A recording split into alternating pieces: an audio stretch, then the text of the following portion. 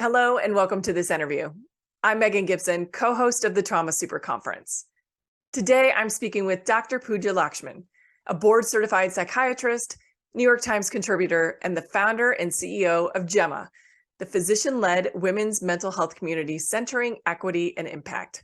She's a leading voice at the intersection of mental health and gender, focused on challenging the tyranny of faux self-care. Pooja maintains an active private practice where she treats women struggling with burnout, perfectionism, and disillusionment, as well as clinical conditions like depression and anxiety. Her first book, Real Self-Care, a transformative program to redefine wellness, crystals, cleanses, and bubble baths not included, is in stores in March of 2023 and is available for pre-order right now. Dr. Pooja Lakshmin, thank you so much for being with us today. It's such a pleasure to be here, Megan. Thanks for having me. So I truly enjoyed your book, read it on my recent holiday, and I'd love it if you could start by telling us what the wellness industry has gotten wrong about self-care and wellness. Yeah, it's a huge topic, and I feel like we could talk about this for hours and hours, but I will just get on my soapbox really quickly to start out this conversation.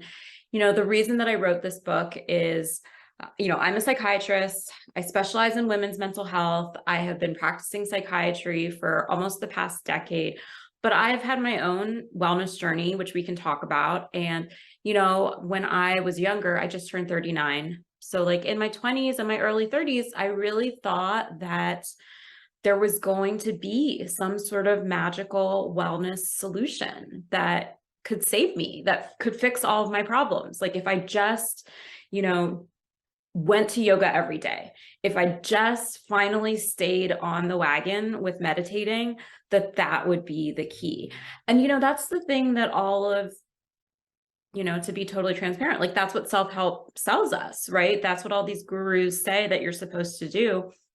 And I completely fell for that, even though I was a physician, I'm a physician and, a psychiatrist. So I also just want to model compassion for myself, because we're going to talk about that, I'm sure, that it's understandable because this is what we're sold.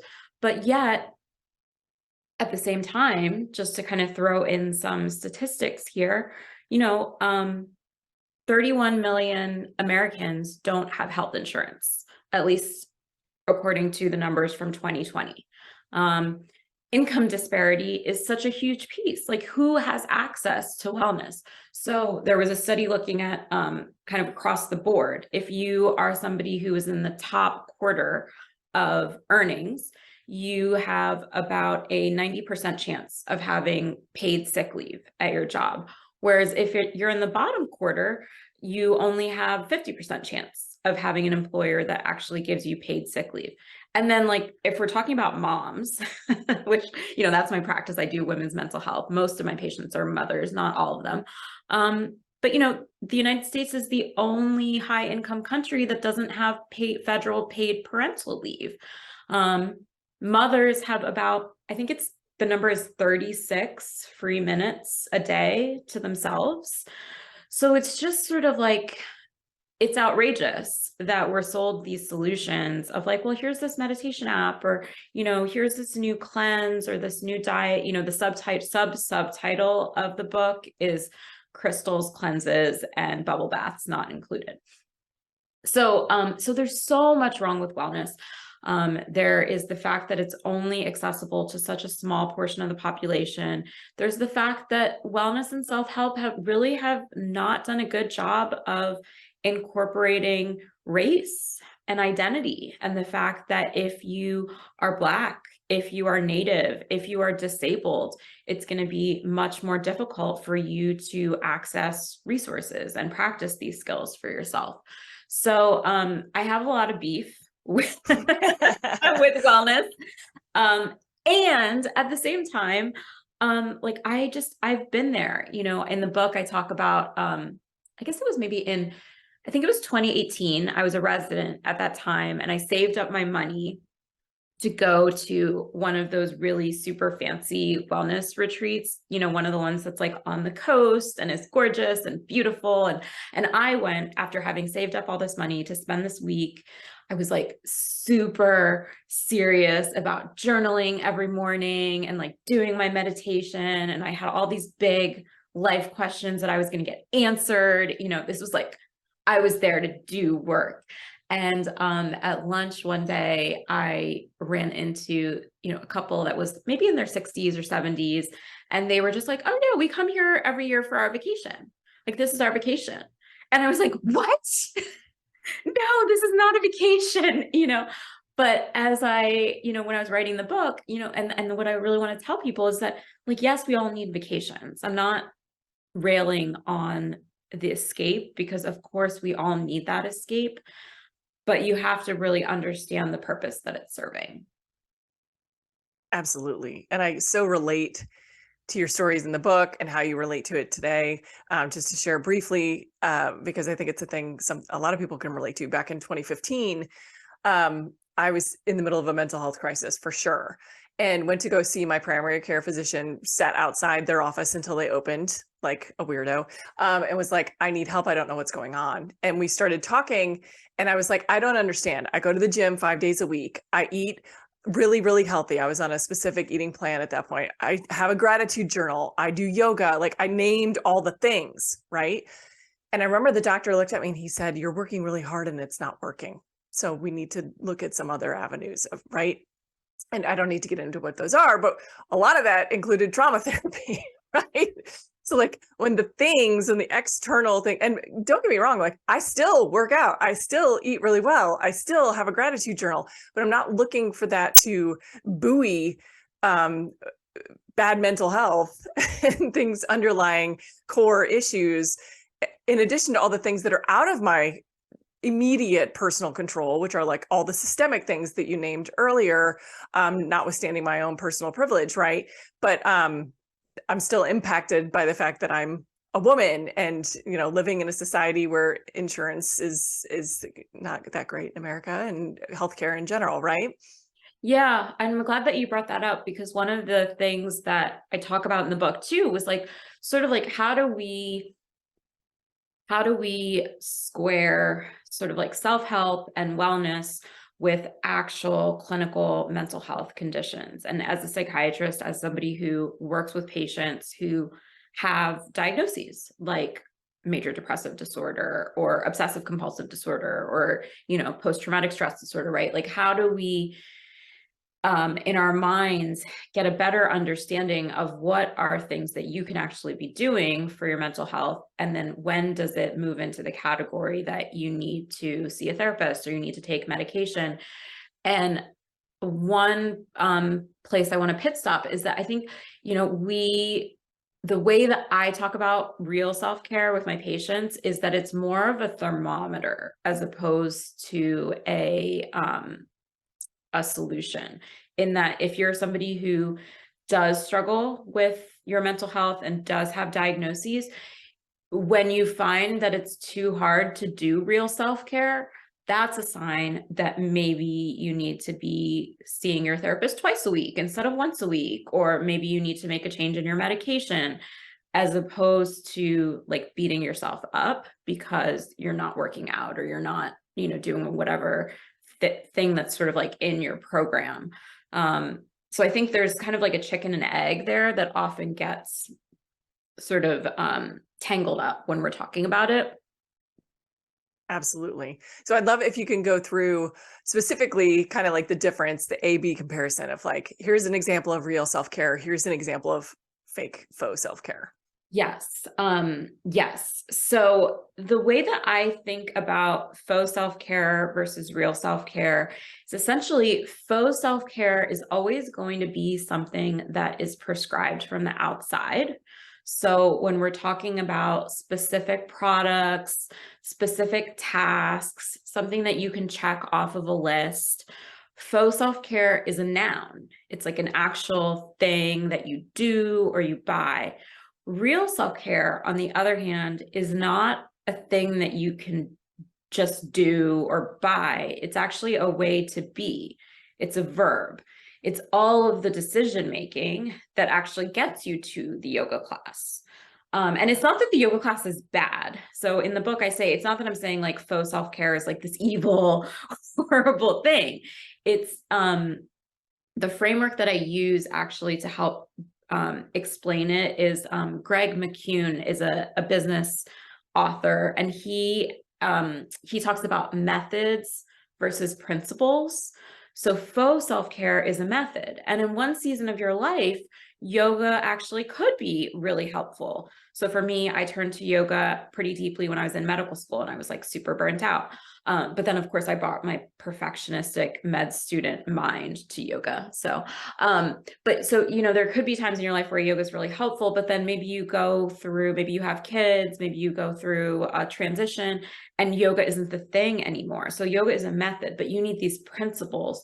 You need principles of real self-care that are internal, that you can apply over the span of your life and that can help you with your decision making. The other thing, there's two other pieces that distinguish faux self-care from real self-care. So faux self-care is typically going to take you further away from yourself, from kind of your authentic core values and who you see yourself to be, because it's always going to be something that, because you're buying it, because it's something you have to check off the list, it will always bring you closer to what's called the quantified self. So the part of you that is saying, did I do enough? Am I doing a good job? Have I done all the things? Versus real self-care, getting clear on your boundaries, understanding your values, and making a map for yourself of how to make decisions. That's always going to bring you closer to the person that you really are, as opposed to this person that you're trying to perform. And then lastly, kind of going back to the systemic, you taking a bubble bath, like it's great and it's an escape, but it doesn't do anything to actually further the the social justice causes that are really, I think, probably the biggest questions and problems of this time for all of us. So real self-care, if you're practicing it, is always going to lead to an interpersonal change, whether it's in your relationship with your partner, whether it's in how you relate to your kids or, your parents, or how you communicate with your boss and the system inside your workplace and the larger systems too. So, real self-care, when we practice it, leads to these cascade effects, which then in turn will impact the larger community and our systems. I love the way that you said all of that. If anybody saw me looking down, I was not texting, I was writing notes because there's a lot of things that I want to come back to. The simplicity of like noun versus verb. I love that, like things versus actions, and then processes, right? Like a process, a lifestyle of self-care, and who you are versus who you perform. Like that one's going to be stuck in my brain for a while. And it reminds me that like the things allow you to just kind of bypass what's difficult and bypass what's overwhelming, bypass your feelings or decisions you need to make or things that you need to get into your core values about. And I was reminded of that last year, and I just kind of, not everyone has the luxury of access to all of these things either, whether it be from ability, access, or even time, right? I can't imagine a lot of the first responders on the front lines were taking a lot of yoga in 2020, right? So, and I was reminded of that last summer. I was sick for like 3 months, and all of those things were taken away. And thankfully, I have a good personal self-care process, so I was able to rely on all the things that I did still have. But without that, if I was unable to exercise, I didn't have access to the kind of food that would nourish my body because I couldn't take care of myself for a few months. Right. So when all of the things, even if it's access or ability to consume them, are taken away, that's really when the kind of the rubber meets the road, if you will, right? Yeah, absolutely. And it reminds me of a story from my book, or one of my patients who the way that this kind of became clear for her was when she had her first baby. And of course, she had imagined herself to breastfeed. because that's sort of the thing that we're sort of sold as like the best thing. And she's somebody who had depression, had anxiety. You know, we were treating that in therapy together with medication as well. But she ended up going into labor early, and her daughter was born, I think it was like a full month early. So her daughter was in the NICU for a while. And so she was trying to do triple feeds where she was trying to breastfeed. I remember the story from the book. Yeah. With the Yes, pump and like, yeah. Pump and then all these things. And she realized that she was becoming more and more resentful of her baby because her daughter was like clearly did not like breastfeeding. You know, like that was not the thing that was going to help her.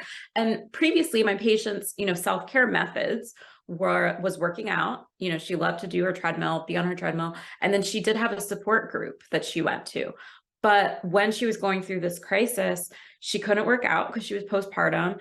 And she found that the support group actually ended up triggering her because she was comparing the other baby's development with what was going on for her daughter. And so ultimately for her, you know, going through the real self-care process, the decision-making ended up that she switched to formula, and that was the right choice for her. And it ultimately led to a better relationship with her baby and also with her husband, because she'd become really resentful that her husband wasn't having to like deal with this torture. And then she was able to get back into working out, and she felt better about going to her support group. So it's like, you know, you have to really tailor it for yourself. I'm not telling anybody who is listening and is like, oh my gosh, I don't want to, you know, like I want to don't breastfeed. That's not what we're saying. That's not the message. Yeah. It's not the message. The message is you have to really dig deep inside yourself and figure out what the decision is that needs to be made. Absolutely. And it's so hard. It's not easy. Yeah. And I often hear from parents that I just want a book to tell me how to do it. And I'm like, well, unfortunately for all of us, every single kid is different and every single parent-child relationship is different. And so you've got to have that ability to tune in and make best decisions for yourself and those that you affect. But might be a good time for us to talk about guilt and self-compassion, which I know are big points in your book as well. Yeah. So I included, you know, I think guilt is probably the biggest thing, especially when it comes to women and women's mental health, because when we're talking about real self-care, of course, the first principle is setting boundaries. And like everybody knows that you're supposed to set boundaries, like we see that everywhere. But the big problem is like you feel bad, you're letting people down. And you know, the way that I think about this and talk about this with my patients is that guilt is essentially a faulty check engine light that is running all the time, but it does not actually give you any meaningful information about your decisions. It's like one of those just like generic exclamation points on your dash, and you're like, great, I don't know what that means. And I don't have a manual. And yeah. Right. And a lot of my conceptualization of guilt comes from Martha Beck, who I'm sure a lot of folks know. I love Martha Beck. I've read many of her books, and she wrote a blurb actually for my book, which was like peak. That was just like peak fangirl moment, exactly, right? Exactly. But in I think it was her first book, The Breaking Point, where she talks about sort of all of these contradictory expectations that are coming for the outside, especially for women. You know, you're supposed to be high achieving, you're supposed to be able to be, you know, this professional who can excel in the workplace, but you're all supposed to be like baking brownies from scratch and making baby food and, you know, and exclusively breastfeeding and only organic and, you know, getting your kid to read by 3 and yeah. Right. Just crazy stuff that is also completely contradictory. If you follow ABC, you're not going to do XYZ. So which one's right? And so what happens is women internalize that, and women are statistically more likely to internalize. So we blame ourselves. We see all these expectations and we turn it onto ourselves and we feel guilty. No matter what decision we make, we feel guilty, whether it's in our home life or our professional life. And that's why I say, like, if you use guilt as your compass, you're never going to win. Like, you just can't. It's not useful. So I think when it comes to guilt, we have to just accept that it's always going to be there. And the goal is not to get rid of it. The goal is just to understand, okay, there's the guilt monster, great, awesome. He's here, he's hanging out, but I don't need to listen to his podcast. I can switch to a different podcast, if he's not really doing anything for me. And once you recognize that the guilt is not something that needs to be your moral compass, then it opens up a whole new world of possibilities and opportunities that were not available before.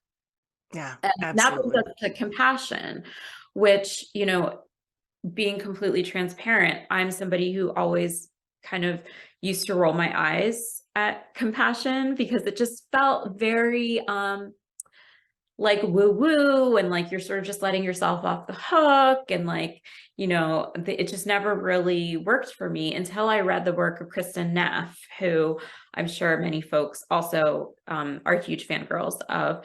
And she talks about how self-compassion, or she talks about the distinction between self-esteem versus self-compassion.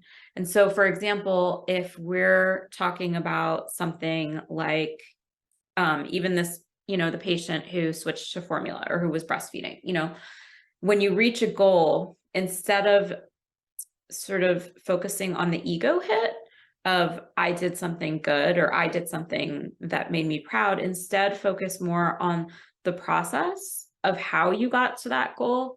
I feel good about how I treated myself when I was making that really hard decision, or I feel proud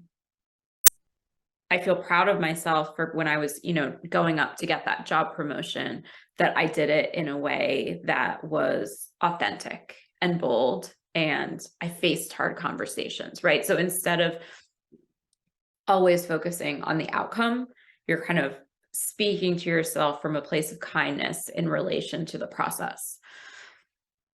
Absolutely. I can 100% co-sign that. I had two situations just last fall where I had to have extremely excruciatingly difficult conversations with people in my life.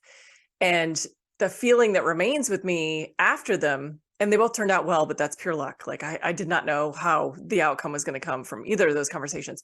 I have so much pride from the process of being able to speak the difficulty, from being able to sit with the discomfort, from being just brave enough to shoulder the outcome, right? Like that's what matters to me. I'm like, holy cow, I was able to sit in a storm and still be myself and hold what's important and valuable to me. I didn't compromise myself at all, right? Like that's what mattered. But that only comes from a lot of practice, right? And one of the things that, I mean, you called it guilt.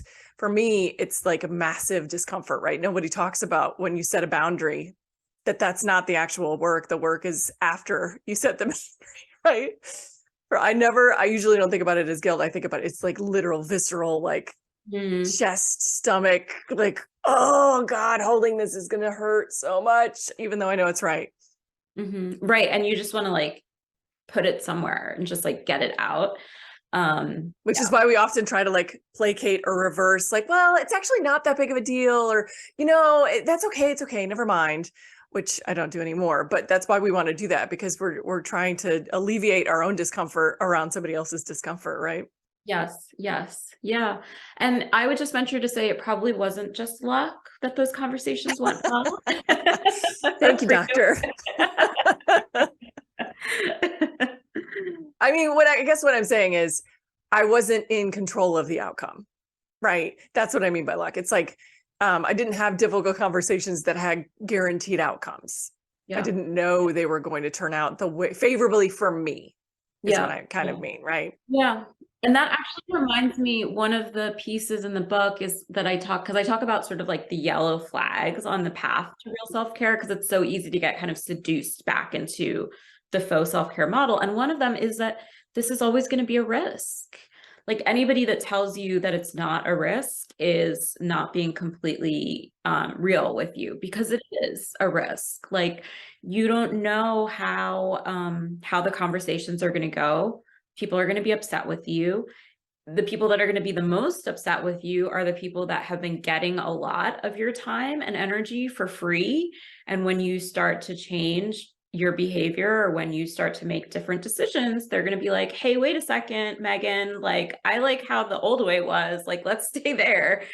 And you have to take the risk to trust yourself that it's worth practicing, because the other piece, like you just said, it is practice. It's never, it feels terrible in the beginning. It's so hard, and it takes a long time, and you will totally get it wrong, and it will be something that you will have to do forever. Like I wrote this book, and during writing the book, I was going through IVF to get pregnant with my son, who is now almost 8 months old, which is wonderful. And IVF is just such a grueling process, the fertility treatments. And I fell off the real self-care wagon many times when I was writing this book. And like each time I was just like, Pooja, like, I'm not going to be a hypocrite here. Like I need to practice what I'm preaching. I'm going to get off of my schedule. I'm going to be behind with the chapters. Like it's okay. So I guess I just want to say for folks that are listening, that just knowing that like, this is hard. This isn't, again, it's a verb. It's not something that you just check off, but when you practice, the stomach pain gets less each time. Exactly. Exactly. And like you said, it's just like anything else, like eating well, making good choices for our own bodies, movement, things like that, like coming back to it, right? It's not that this is some regimented, super controlled way of being. It's the returning to it in the seasons where you're able to, and there's space for that. There's always going to be a place. I mean, writing a book is a lot of work. And I'm sure you didn't like close down your psychiatry practice while you were doing that, right? Like it was a both and the IVF treatments, and like something has to give. And in some instances, self-care is, I cannot be all things to all people right now, including myself. So how can I inch my way back into it? Which actually brings me to my next question, which is, how did you start small? Because we can't just like lump everything, but we're like, okay, I'm back on the self-care train and here's all the things at once. So how are you integrating real small self-care strategies day to day? Yeah. So, whenever I get this question, I'm always torn, because part of me wants to be like, and here's the rule, here's the thing, because I feel like it is so much easier to get it handed down from someone else. But then we all know that never works in the long run. And it's so much easier to tell people what to do, and than to actually put it in practice for yourself. So coming back to the fact that real self-care is a verb, it's a way of being. So for me, this is all about like working with my mind, working with my thoughts. And, and I see a therapist. I actually have been in psychoanalysis for, I guess almost 8 years now. My therapist is retiring next year. Oh my gosh, I'm devastated this for you. year. I'm like vicariously sad for you. So I am, I see a therapist. I take medication, there's all these things that are part of it. And the piece that I always come back to is that it's a verb. So I always have an overflowing to-do list of all the things that I want to get done and contribute to the world. And I say to myself, okay, well, how can I come to this in a real self-care way? How can I approach this task in a way that allows me to connect with my values, and the values that are really important for me, at least in the season of my life where I have my first book coming out, and I'm, taking on all these creative endeavors, are actually exactly like similar to what you said, Megan, wanting to show up as authentic, wanting to really be the person that I am, the human Pooja, who also happens to be a psychiatrist, but is just learning how to do this whole book thing. And so authenticity and transparency are values. So then how do I, when I have the to-do list of sending off the email, how do I come to that email from those values? And that, I think, to me, it makes it lighter, because it's not, again, it's not like a task that I check off. It's like the things that I have to do, but how do I be myself? How do I bring myself to those things? For me, that feels easier. It's less of a burden, and it's more just the way in which I carry myself, the way I think about things, which is one of the, important kind of the crux of the book is like, getting clear on your values. What are your values? And that's different than your goals. So does that answer your question? Yeah, it starts to, for sure. And, we keep talking about values and just your own personal value. And it's been such a theme of my life for 2022. And I had a joke with a friend of mine who's 80, and she's like my adopted, I call her my fairy godmother, because she's the person that comes into my life and waves her magic wand and makes sure I know how awesome I am. And everybody needs one of those people in their life. Yes. And I told her, if you keep doing this, it's going to get dangerous for everybody else. Because if I realize how valuable I really am, everyone around me is going to suffer. And she was like, oh, I can't wait to say that. Right. And so, but it reminds me that it's such a personal process for each person. And for me, I know I can speak to this as I start to listen to what I'm not doing that makes me me. And one of my first signals is I'm not singing. Now, don't worry, I'm not a professional singer. I don't have what do they call it? What does everybody on Twitter post their song platform? Whatever. I'm aging myself here. I don't know what it is either. Yeah, every time somebody on Twitter blows up, they're like, I don't have the TikTok? Spotify. No, it's like a song streaming service. Anyway, we're losing the plot. Don't worry, I'm not going to break out in opera songs or anything for you, but I just sing throughout my day. I was singing before you came on. Thank God I have to admit you to the Zoom room, so you can't hear me, but I sing in the shower. I make up songs about my plants. It's just something I do. And if I'm not singing, I know we're in trouble. Right? Yes. If I'm not using my voice in that way, if my nervous system is not in tune and balanced and kind of harmonized with my being and the way that I show up in the world, that's the first thing to go. Yep.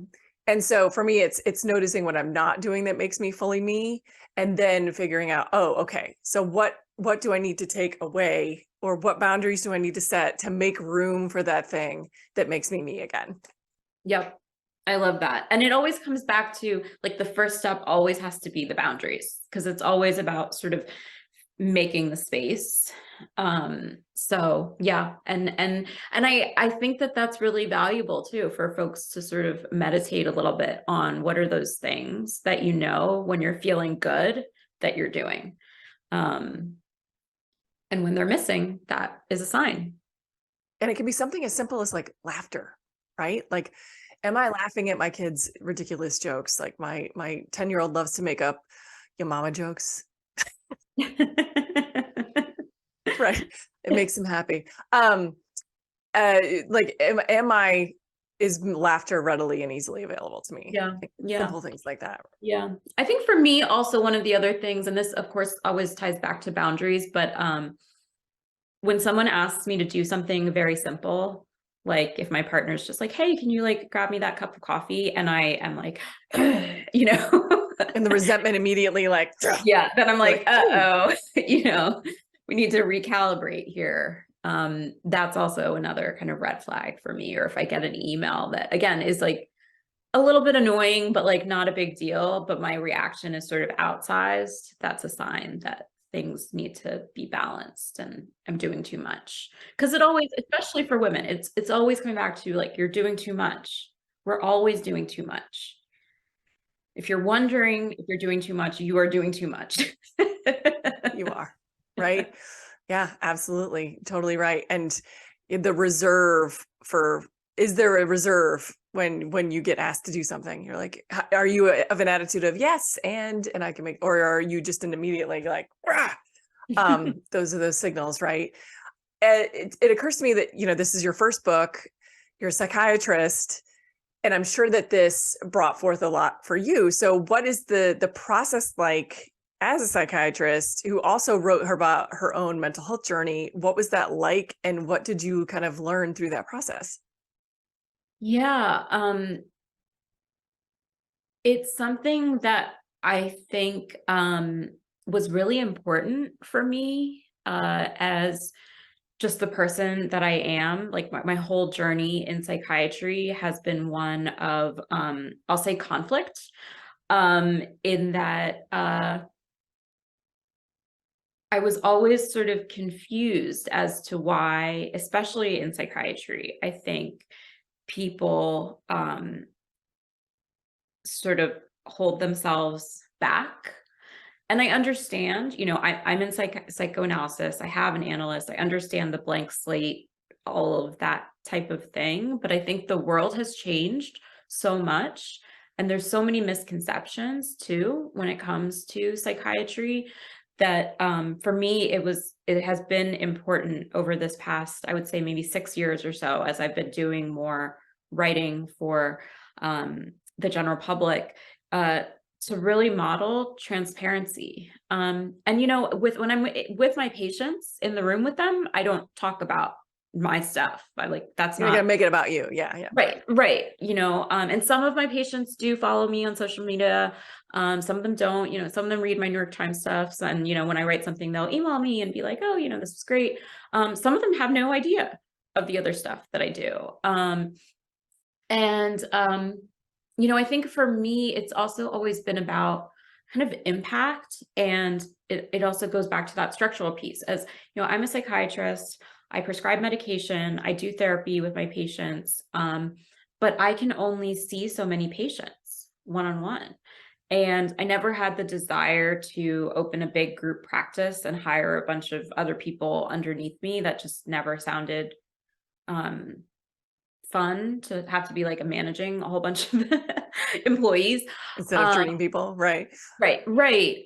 So there was only so much that I could grow from that standpoint. So then it was like, okay, how can I bring what I'm doing, which so much of it being teaching, to more folks that I can't see one-on-one. And that's what kind of took me to social media and took me to writing for the New York Times and ultimately to writing this book. And the last piece on that is also in, being burnt out myself in academics and wanting to do something where I could connect with my own authentic voice, as opposed to writing super dry research papers that nobody was ever going to read and that were so hard to get published. And, that's a whole nother thing, but I read them, especially when I'm struggling to sleep. I read them. Well, they serve that purpose for many. They really do. Sure. It's a different kind of writing, isn't it? Yes. Well, and also, I know you also have a women's health platform, which definitely speaks to that. How many people can I treat being limited? So tell me all about Gemma, your mental health platform for women.